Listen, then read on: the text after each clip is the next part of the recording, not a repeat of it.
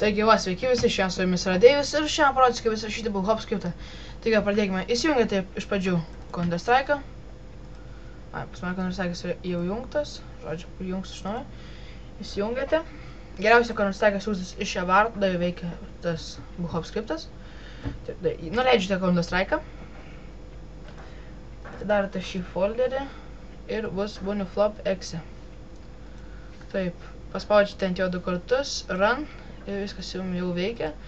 Tada einate į HNS Old Style serverį arba HNS Hide and Seek'o.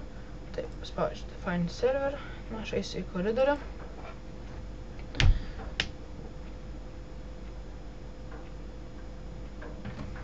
Taigi jau, palaukime, kol atsirasime.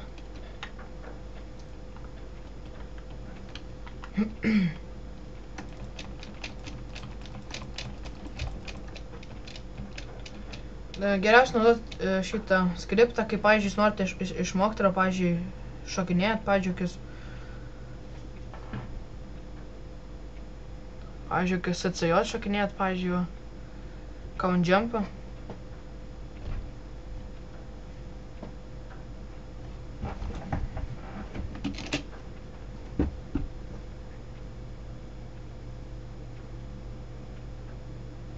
Šiaip ant šito koridoriaus serverio yra truputį įmanoma pagauti, nes todėl, kad kai šokinėja matosi, ar, pavyzdžiui, jeigu jūs, pavyzdžiui, būsit su skriptu, tai iškart, rodos, kad jump vis laik, tipo, kai laikysit, pavyzdžiui.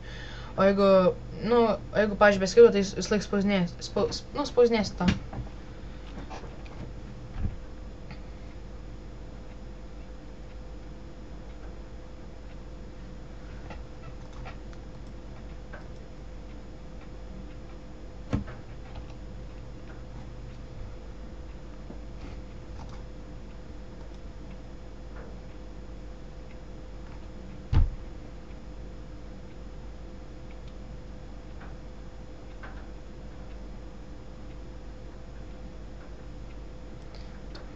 Palaukiam, dabar aš jums parodysiu, kaip veikia skriptas. Taigi, va, pavyzdžiui, laikote space ir viskas labai gerai veikia. Tiesiog pašokinėjat. Taigi, va, pavyzdžiui, Ir, pavyzdžiui, dabar jeigu kažkas mane spektintų, pavyzdžiui, žiūrėtų, tai iškart matyti, kad, pavyzdžiui, dabar aš laikau ir man rodo, kad jump.